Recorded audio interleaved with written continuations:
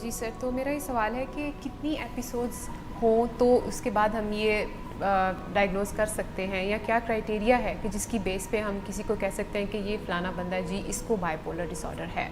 دیکھیں جی، ڈائگنوزز کے لیے تو تقریباً ہمیں 3 ایپیسوڈز ضرور چاہیے، کتابیں یہ کہتی ہیں۔ جی سر۔ میری نظر میں سیویریٹی جو ہے ایپیسوڈ کی وہ بھی ڈٹرمن کرتی ہے چیز کو، اچھا۔ اور ایک جو شخص ہے فارمیٹیو ایئرز میں، اگر کوئی ڈاکٹر بن رہا ہے، انجینئر بن رہا ہے، آئی ٹی اسپیشلسٹ بن رہا ہے، اس کو اگر زیادہ ایپیسوڈز ہوتے ہیں ڈیورنگ فارمیٹیو ایئرز تو ان کو بہت نقصان ہوتا ہے۔ تو sometimes it's a bit of a judgment call as to when you would start the preventive side of the treatment. Okay. ٹھیک ہے،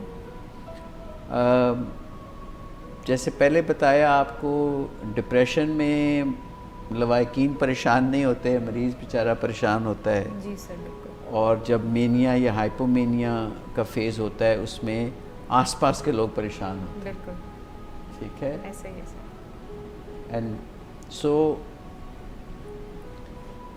treatment is very much driven by the severity of the episodes, ٹھیک۔ But as a big standard answer literature says that 3 episodes کے بعد آپ profile Axis شروع کرتے ہیں۔